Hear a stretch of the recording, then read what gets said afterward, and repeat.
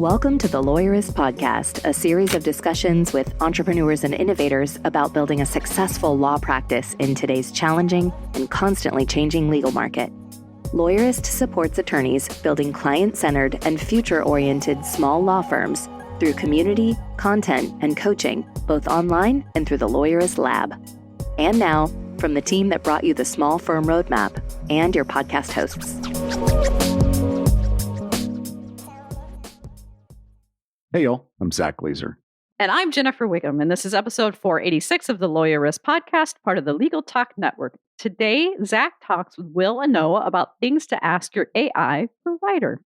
Today's podcast is brought to you by iLawyer Marketing, and we're going to start off with our new sponsor format and hear a short interview with them right now. Or, well, after Jennifer and I get done talking. Yeah, we got to be weird for a few seconds. But first, I'm going to say Will is newish to Affinity Consulting. And I got to meet him at our Affinity Lawyers retreat, and I thought he was brilliant. Just such a good guy, so good at what he does, and really, really knowledgeable about AI. And I think that's what you two talk about, right? I mean, I just said it, so I know it is. Yes. Thank you.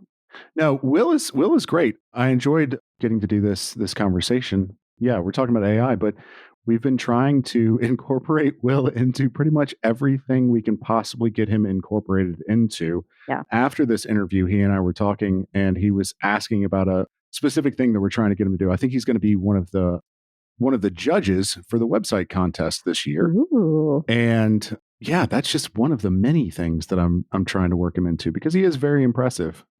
But today, we're really just talking about how to kind of vet your AI provider, because Will was on the team or is on the team that helps us at Affinity/Lawyerist vet our internal AI providers. And we've been able to use some AI providers inside of Zoom, inside of Teams, and we actually have created our own AI chatbot in our coaching program as well. Sure have.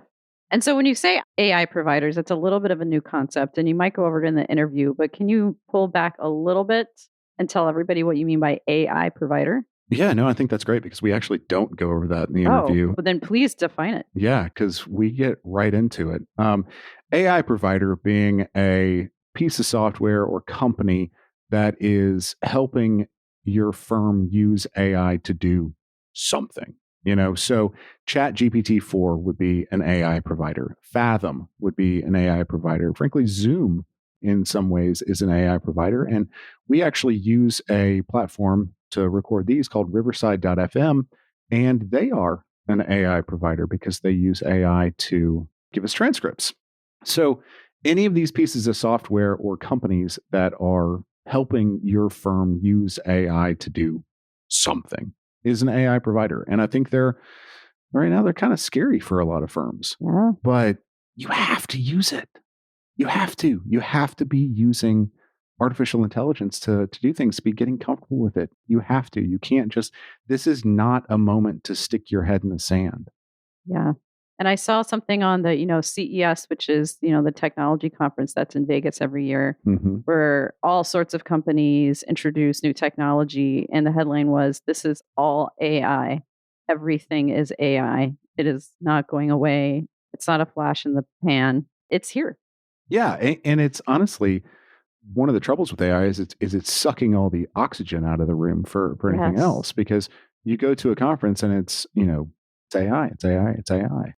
But I remember, and frankly, in this podcast, we've talked about Web3 formats, we've talked about tokens, we've talked about various things like that. And with other technologies, a lot of times people have said, "Okay, great, but how do I use it?"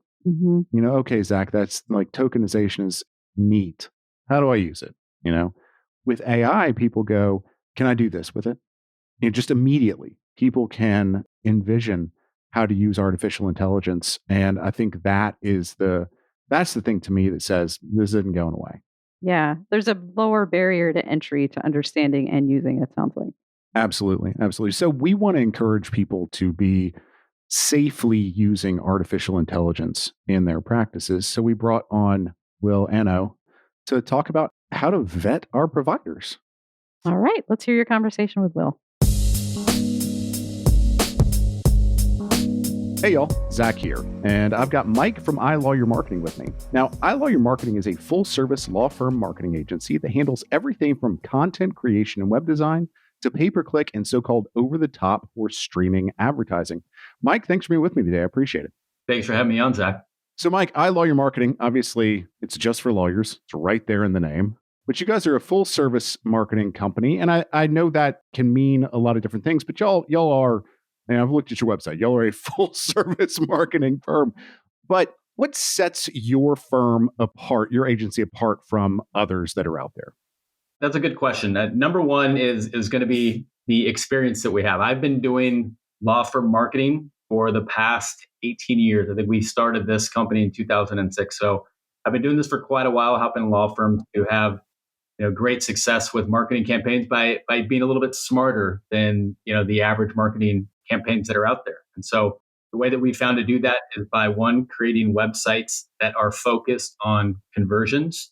No matter how many people come to your website, if they're not picking up the phone and contacting your firm, then you're kind of wasting the potential to land new business. And so we put a lot of time and effort and research into conversion rate optimization to help generate more leads and ultimately get more signed cases for the law firm. So we do quite a bit of research on that, and it's had tremendous impact on the firms that we work with.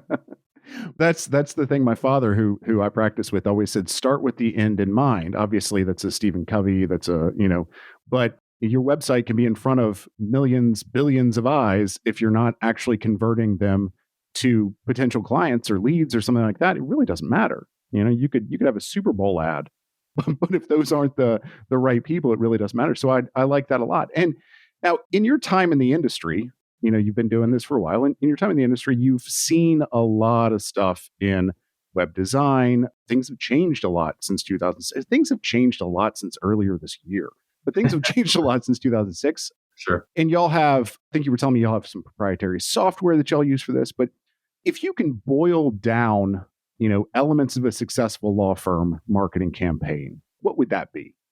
Good question. And I actually have a guide that I've been working on that you can share a link to this in the show notes for your listeners to be able to get this guide. But in it, it covers what the successful elements of a law firm marketing campaign are. Number one, it does start with that website, right? The website has to be great. It's got to impress site visitors. It's got to convince them to pick up the phone and call your firm. Right. Two, you have to have high visibility online. People aren't going to go do a search on Google and then continue scrolling and go to page 2, page 3. They're not going to do that. They're going to find what they see near the top of the search result. So you got to have great visibility on Google, either through paid or organic. We're known for being the premier organic SEO company in the industry. And we have clients across the nation that are ranking in the most competitive markets for the most competitive search terms. So most of our clients are personal injury, family law, criminal law, employment law. But without that high visibility, people aren't going to find you online. So that's kind of the key component number 2. Number 3, high quality content. You have to have great content on your website for 2 reasons. Number 1, human visitors, when they come to your site, they need to see that you're the right firm that they should be calling, right? It's got to convince that visitor that you are the right firm. And I say human visitors because the other side of the coin is Google. Is the content that you have on your site going to satisfy Google? Are they going to think of it as highly relevant, or that search query that somebody puts into Google when they're looking for a lawyer online, or they're doing search about what their situation is? So you got to have great content on your website that satisfies both the human and the search engine spider, so to speak. So number 4, you have to have highly efficient intake.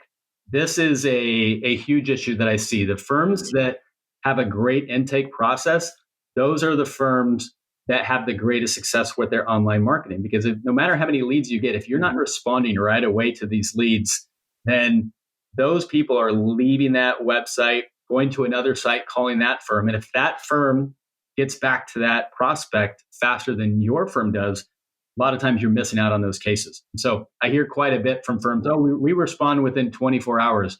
That's not good enough. People that have a well-oiled machine in terms of the intake process, those firms, they're calling within 5 minutes. Some of them are calling, they have a process for texting, they have a process for emailing. And then they're not giving up on those people when they call in. Because a lot of times you try to call back a lead. If you're a law firm, you might not connect with that person right away. Right. Are you following up 2 or 3 times and then giving up? Well, the firms that do this the best, they either are doing it themselves and following up between 10 to 15 times to chase down these leads, or they work with a third-party company that can help them to do that. So the intake process is a huge part of having success. The 5th element is online reviews. Okay. So I did a study earlier last year, actually, and there was 1,300 people that participated in the study. And we asked them, if you are considering hiring a lawyer online, are you going to go look at the online reviews? 98% of the participants said yes, they'd look at the reviews before they hired a law firm. Wow. So if you do not have great reviews out there, then you're going to be missing out on leads. Your website could draw them in. They could say you have a fantastic website, but if you don't have great reviews about your law firm, they're not going to call you. They're going to call somebody else. So and even if you have a small amount of reviews, you may have 5 or 6 reviews, but then your competition has 50 reviews, 100 reviews, 200 reviews. Those are the firms that are going to get that call first, even if they came to your website first, even if they are impressed by your site. So you got to have great reviews. Okay. And then the last component is performance tracking. You have to be able to measure what's working and what's not working, right? There's a lot of firms that we see that come to us. They don't know what is working for their leads. Is it their paid ads? Is it their organic leads? Is it their search engine or their social media marketing? They're not quite sure. So to be able to pinpoint and know what is working and not working is very crucial to the success of overall marketing, because you want to cut out what's not working and you want to double up on the stuff that is working. Absolutely. Don't spend good money going to the bad places. Well, Mike, I appreciate that. That's a really efficient 6 steps they can take. And it's good website, great visibility on Google, high quality content, highly efficient intake. And this is highly efficient intake, good online reviews, and making sure that you're looking at your metrics and knowing what's working. Mike, if they want to see more on the 6 elements of a successful law firm marketing campaign, we'll obviously drop the link to that white paper in our show notes, or they can always go to iLawyermarketing.com. They can. We haven't even put it on our site yet. I literally have just been working on this for the past week. This is the first time I've even announced that I created this thing. So your listeners actually get the first bite at that. So, but we will put that up on our site. We'll share it in the show notes, and I'd be happy to share this. And I think law firms will get a lot out of it in terms of how to have success with their marketing in 2024. Fantastic. Well, Mike, thanks a bunch for being with us and for sharing all your knowledge. Thank you for having me. Hello, everyone. My name is Will Anoh. I am the IT coordinator at Affinity Consulting / Lawyerist. I work mostly with the CIO of both companies, and I do a lot of work with AI tools over here. Mostly all of our applications are kind of working through Microsoft. So there's a lot of, as most of you may know, tools coming out, AI tools coming out. Microsoft are doing a lot of work with that. And so there's a lot of stuff that we work with over here, try to kind of merge these things and be as productive as we can while staying very conscious of the things that can go, sideways and all that. So. Oh, yeah. Will, I appreciate you being with me. And I'm really concerned about and wanted to talk to you about specifically what to do with or how to think about the things that could go sideways. But you're our information technology coordinator working with our CIO, and just in case, CIO is Chief Information Officer. Yes. So our fella Art, who keeps us all on our toes and inappropriate data. You and I both work a good bit with Art. Yeah. So wanted to bring you on because at our Affinity / Lawyerist retreat, you and I were talking about AI tools that we use internally. Obviously, this is a big, a big topic. We could Yes, it is. We could be talking about a lot of various things with AI tools, but specifically, we're kind of talking about tools that can help us manage our data or create things, generative AI. Obviously, Copilot is potentially coming out or has come out, depending on who you are in that Microsoft environment. And just to give a little background, we're in that Microsoft environment. We're not in the Google environment.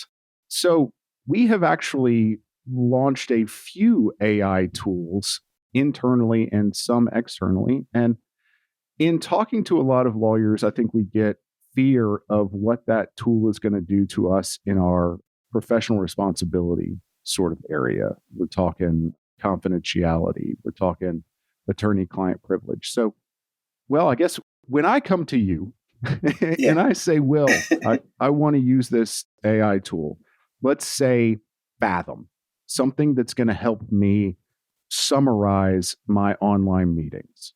I'm having online meetings. What are the things that we talk about? What are the things that you're concerned about in that area? I mean, right off the bat, Fathom is a tool that records your meeting.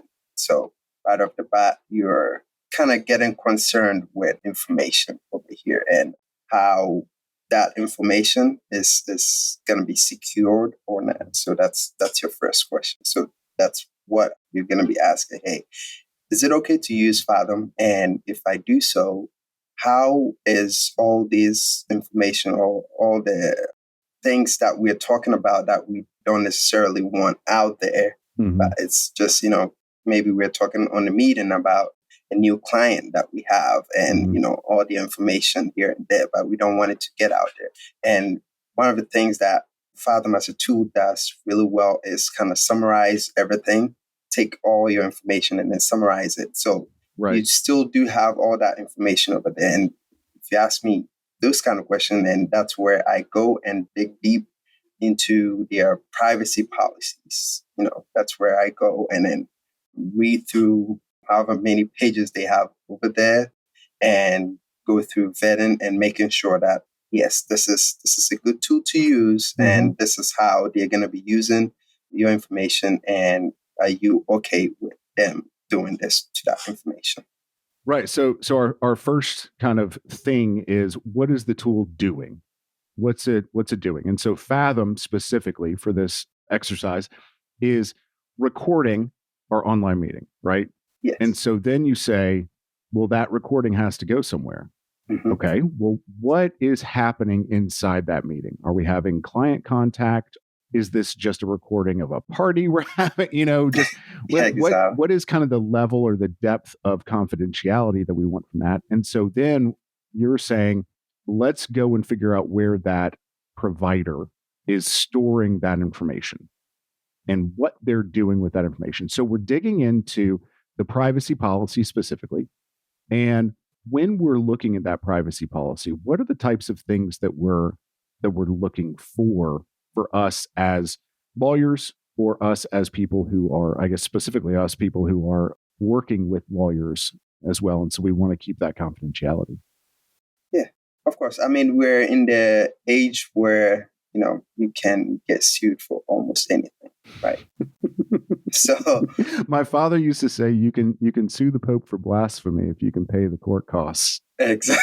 if you can. So you just want to be careful and you want to be able to kind of, I guess, cover your back. And if you're looking through the privacy policies, you are looking for, let's take Facebook, for example, how do they use that information? In these cases, Facebook may use your information for advertisement, right, and things like that. And so those are the kind of things you're looking for in it. Do they work with parties that they are going to be using this information, maybe something I said, to advertise in there? Or are they really digging down on, okay, this is a tool that we've made and we understand that, privacy is a big issue and we are going to stay in that area where most companies are not staying nowadays because there's a lot of money coming through if you're sharing information out there. So are you staying in that, digging down and saying, okay, we're going to be that company that, are going to keep your information private and not use it as, an advertisement tool or whatever it may be. And we're just going to provide you with private stuff. So if you use our company, you can trust us. So those are the things I'll be looking for in those privacy policies. So that's kind of what I've gone on major tangents about why it's not good to use, Zack Legal at gmail.com if you're an attorney because of those reasons, those privacy concerns, because this is a communication tool. But with let's say Gmail, as a lawyer, I understand the concept, hopefully, of like where my data is and what its movement is. So I am using Gmail and my data lives either in transit from my computer to the email servers or from that email server to the other person's computer or phone or other place.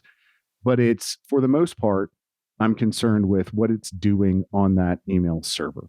And in the case of Gmail, of Google is going through that, like you're saying with Facebook, to look for advertisement opportunities. So we've got a third party getting into my client communications. So I think that's a huge red flag.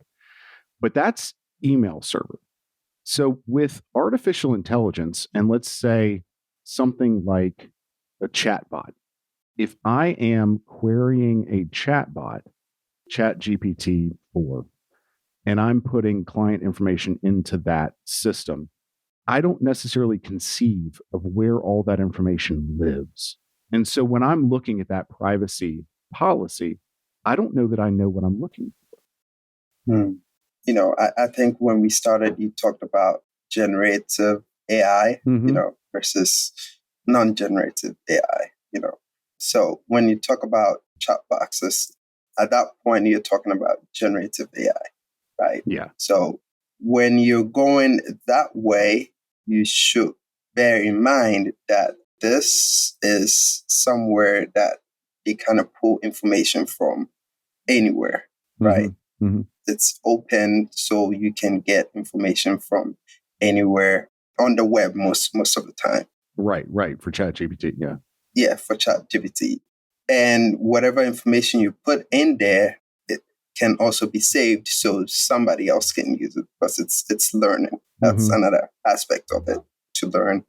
So when you're looking in there, you're looking for, okay, so this information, I put it in there. Is a tracking who puts it in there. Okay. So is there like a log of my usage? Okay. Yeah. Is there a log of your usage in there? And what are they doing with that log? Okay. So if there's, let's just say, let's take it slow so I don't get lost.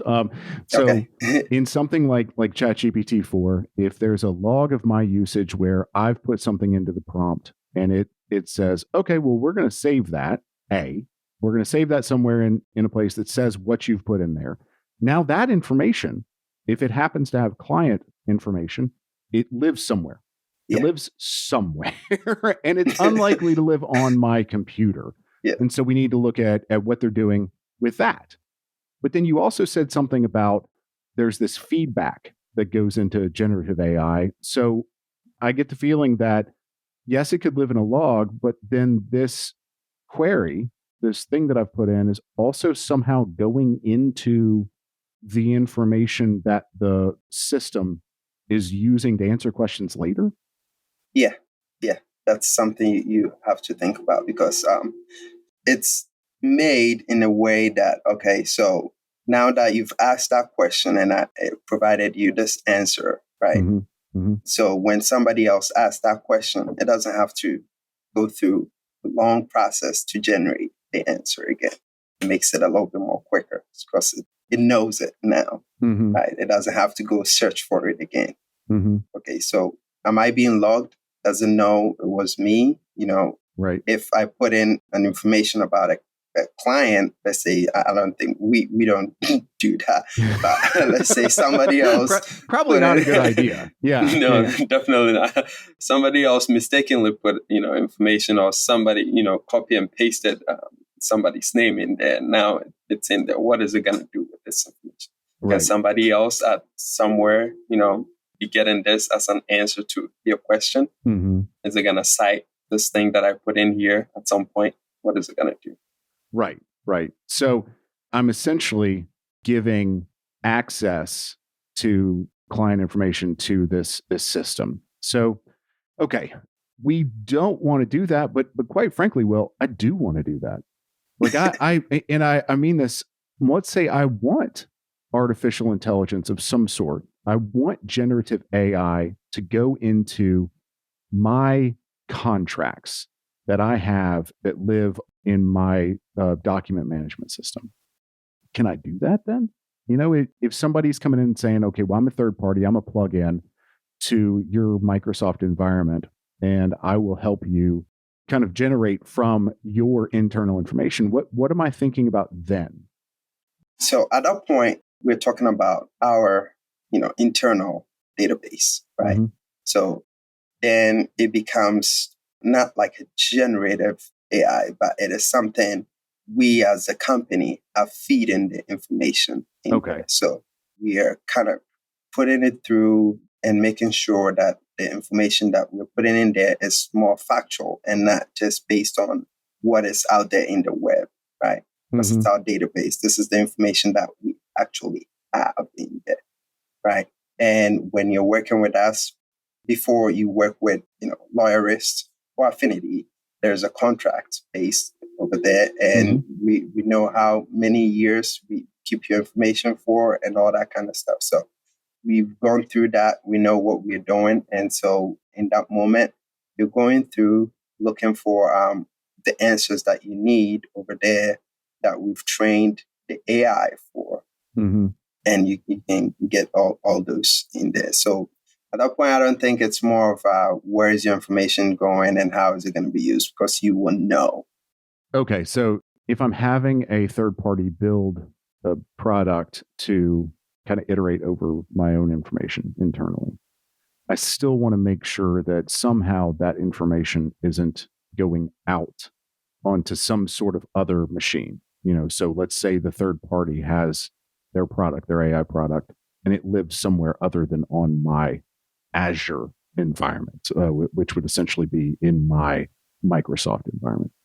I want to either make sure that it's not doing that, it's not going out to a third party, or it sounds like we need to have some sort of privacy agreement, like data privacy agreement between us and that third party. And you're saying that it would be our practice as Affinity Consulting, if we're building a tool like this, to have that privacy agreement. So like, yes, your data might be somewhere other than exactly within your own environment, but it's going to be in our environment, and we have a data privacy agreement that says we're going to keep it for this. Absolutely.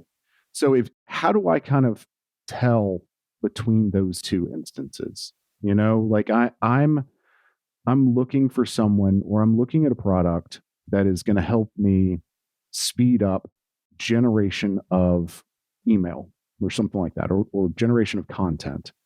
How do I know what sort of content I can put in there? Like, where do I know, or how do I know to draw the line between I can generate marketing information, that something that doesn't have client data in it, or I can generate wills, let's say, out of this thing. Like, how do I tell the difference? And then how do I tell my office to tell the difference? Well, I guess it all drills down to what database you've agreed on with your vendor to be using.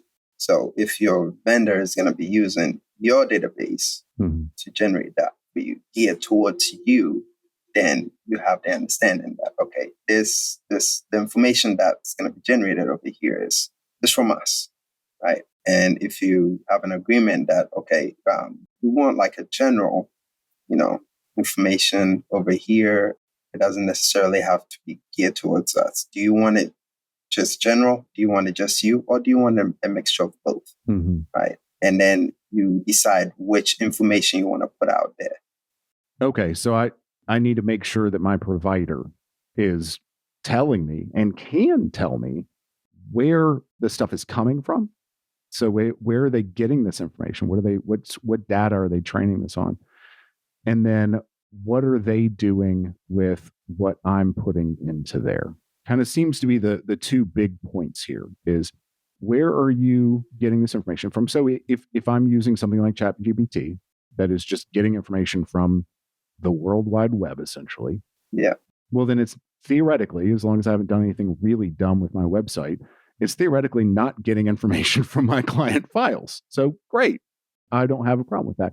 But if I have put some sort of system onto my Azure environment, or Microsoft environment, then I need to make sure that that information doesn't somehow leak onto, out in public, So like I don't need to be connecting ChatGPT-4 to my internal system. Yeah, absolutely. And unless you decide to create some other database, vet the information you're putting in there, and then link that to ChatGPT.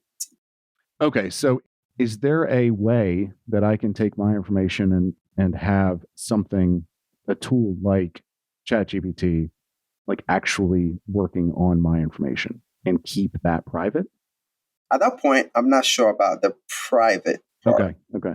That is something that you would have to vet deeply into ChatGPT to make sure that maybe you're buying a tool from them and saying, okay, I want this to work with this database that I have, and only this database doesn't leak out, and that's it, right? You can certainly do that, but you would have to make sure you're vetting it correctly. Okay, but that's the questions we're going to ask our provider. Is where is this? It really doesn't matter if we right now know that can or can't. These are the questions that you would ask the provider. Like that's what we're talking about. Is figure out. So, all right, let me kind of sum up here, because I think we've dug in and you've helped me work my mind around this. The big thing is, where does the information live? Where are we getting this information? And if you're getting it from me, it doesn't need to go out anywhere. If it has client information in it, it cannot, and we need to really kick the tires and ask the questions of our provider. This is not leaving my system. There is no other third party. And then the big thing that I think people are questioning is, when I have these prompts, when I am putting information into this system, where do those prompt questions go? Is it logging them somewhere? And if it is, like, that's not necessarily a problem, as long as when it's logging it, it is still in my system, or it is not going out into a third party. And then secondly, is it training the system on my questions, essentially? So it would be on my data. And I think that gets into, there was a big story, I guess a year ago or so, about Copilot in relationship to development. And I think it was Samsung who started to see some of their code being spit back into the system. And so that's that's what you want to avoid. You don't want to be putting client data in there and then somebody, be asking questions about something, and your client data gets put into their answer for ChatGPT-4. All right. What is your, and I'm going to kind of close up here, what is your favorite use right now for an artificial intelligence tool? That's great. So I do a lot of Power BI stuff. Okay. It's great to be able to use Power BI to help kind of like generate, like the steps to go through, like putting it in there. Hey, how does it set it up? So at that end, it's just being able to help you kind of manage what you're trying to do, instead of I'm not necessarily feeding it any information at that point. I just need its help to guide me through what I'm trying to do over here. And I think that's probably my favorite. I love that you throw around Power BI. Like every one of our listeners is going to know what that is. Sorry. Obviously, it's part of, I guess maybe not obviously, it's part of the Microsoft 365 environment, part of that like Power Apps environment. But let us know, what's Power BI. So Power BI is essentially a Microsoft tool that kind of helps you weed together all the Microsoft softwares that are available. So, like for a little example, let's say if you get an email, so every so often you get however much email, but you want to kind of summarize it and have it, put it in let's say a folder or something like that, you can use Power BI to do that. And you just tell it what to do, how many times it should do it, things like that. So on the back end, what I mostly use it to help everybody at Lawyerist and Affinity, say help them kind of shorten their processes, redundant processes, kind of help it be a little bit more short, and so it can help everybody be more productive. So automating some of the tasks. Yeah, automating a lot of automating and acting upon the system, the Microsoft 365 environment. And the AI portion comes in when it's like, if somebody asks me, hey, can you automate this? And then I can ask Power BI, hey, how do I automate this? And then it will kind of give you a law guide. And then at that point, I kind of go through and kind of weed it through. But it will kind of give you a general idea of how to do it, if it is possible. And then we go from there. Okay. I love thinking about generative AI or helpful AI in that way. I think that's a great way to do it. Of like, I'm asking it, I'm getting it close. It's going to give me some good ideas. It's going to give me some good direction. But ultimately, I have to hone this thing and make it into an actual product. Exactly. But I love that. So it's going into one of the built-in systems into Microsoft that helps us act upon our data. And you're saying, okay, well, how do I code this? How do I make this actually work? Awesome. Well, Will, I think that's about all the time we've got today. I really appreciate you coming in and kind of helping us weed through some of the AI issues we have. I know that we've had you and your team go through a lot of the AI tools that we have, so we won't have to be afraid of them. So I really appreciate your help. Thanks for being with me, Will. Thanks for having me. The Lawyerist podcast is edited by Brittany Felix. Are you ready to implement the ideas we discuss here into your practice? Wondering what to do next? Here are your first 2 steps. First, if you haven't read the Small Firm Roadmap yet, grab the first chapter for free at Lawyerist.com/book. Looking for help beyond the book? Let's chat about whether our coaching communities are right for you. Head to Lawyerist.com/community/lab to schedule a 10-minute call with our team to learn more. The views expressed by the participants are their own and are not endorsed by Legal Talk Network. Nothing said in this podcast is legal advice for you.